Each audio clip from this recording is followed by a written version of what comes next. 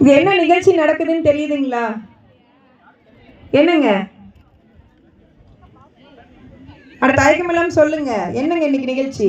பள்ளிக்கும்மி அரங்கேற்ற விழான்னு சொல்லுங்களேன். என்னமோ பேச மாட்டீங்களா? அக்கா, இது என்ன நிகழ்ச்சி நடக்குதுங்க? வெளியே இருக்கிறவங்க பேசுங்க. கையும் தட்ட மாட்டேங்கிறீங்க, பேச மாட்டேங்கிறீங்க. என்ன நிகழ்ச்சிங்க? வள்ளிக்கும்மிங்க. அதாவது நம்ம ஊர் பொண்ணுங்க வள்ளிக்கும்மி ஆடுறாங்க, சரிங்களா? வள்ளி முருகனோட கதையை வந்து நம்ம பாடல் வடிவத்தில் எடுத்து வள்ளிக்கும்மிக்கு எடுக்கிறோங்க.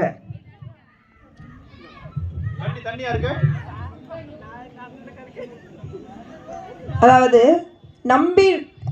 நம்பிராஜன் மன்னன் அரசர் இருக்காரு, சரிங்களா? அவர் ஒரு குறவர் குல மன்னர். நங்கை மோகினி அப்படிங்கிறது அவங்க மனைவி.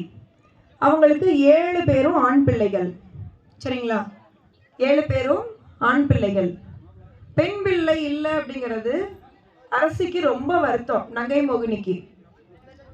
சரி, ஒரு பெண் குழந்தை கிடைச்சிடாதா அப்படிங்கிறதுக்கு ரொம்ப ஏங்குறாங்க. அரசர்கிட்ட சொன்னோன்னையும் அவர் கேட்குறாரு, என்ன பண்றது அப்படின்னு. யாரை போய் கேட்கலாம்? சரி, கன்னிமாரை கேட்கலாம் அப்படின்னு சொல்லி கன்னிமார்கிட்ட போறாங்க.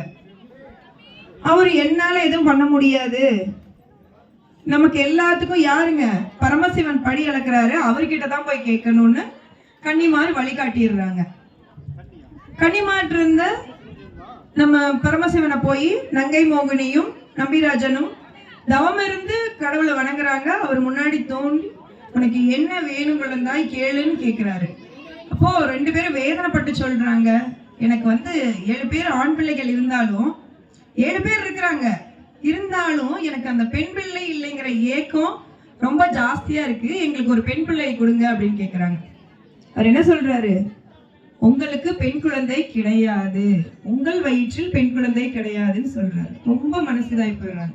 சரி, வேற வழி சொல்லுங்க அப்படின்னு சொல்லும் போது, ஒரு நீங்க கிழங்கு எடுக்க போறீங்களா கானகத்துல, அந்த அடர்வனந்த கானகத்துல வள்ளிக்கிழங்கு குழியில. வள்ளிக்கிழங்குன்னா என்னங்க? வள்ளிக்கிழங்கு மரவள்ளிக்கிழங்கு. அந்த மரவள்ளிக்கிழங்கு குழியில ஒரு குழந்தை கிடைக்கும், மான் வயிற்றுல இருந்து அந்த குழந்தை பிறக்கும்னு சொல்றாங்க. அதே மாதிரி மான் வயிற்றுல இருந்து ஒரு குழந்தை பிறக்குது. அந்த குழந்தையை எடுத்து பாராட்டி சீராட்டி தாளாட்டி வளர்த்துறாங்க. அவளுக்கு வள்ளின்னு பேர் வச்சிடுறாங்க. வள்ளிக்கு 1 வயசு ஆகுது, 5 வயசு ஆகுது, 7 வயசு ஆகுது, சரிங்களா? வள்ளி பெரிய மனுஷியும் ஆயிட்டா. பெரிய மனுஷியான வள்ளிய அவங்க குல வழக்கப்படி காட்டுக்கு காவல் அனுப்புறாங்க. என்ன பயிருக்குங்க? திணை பயிருக்கு, சரிங்களா? திணை பயிர் அந்த காலத்துல திணை தான் அதிகமா விதைப்பாங்க. வெள்ளிமலையில திணை தான் ஜாஸ்தி. அந்த திணை பயிரை காவல் செய்யறதுக்கு 7 ஆண் பிள்ளைகளும் ஆக மாட்டாங்க. கடைசியா வந்தாப்புல இல்லையா, அந்த ஒட்ட பிள்ளைதான் ஆகுன்னு அதை ஒத்தையா காட்டுக்கு அனுப்புறாங்க.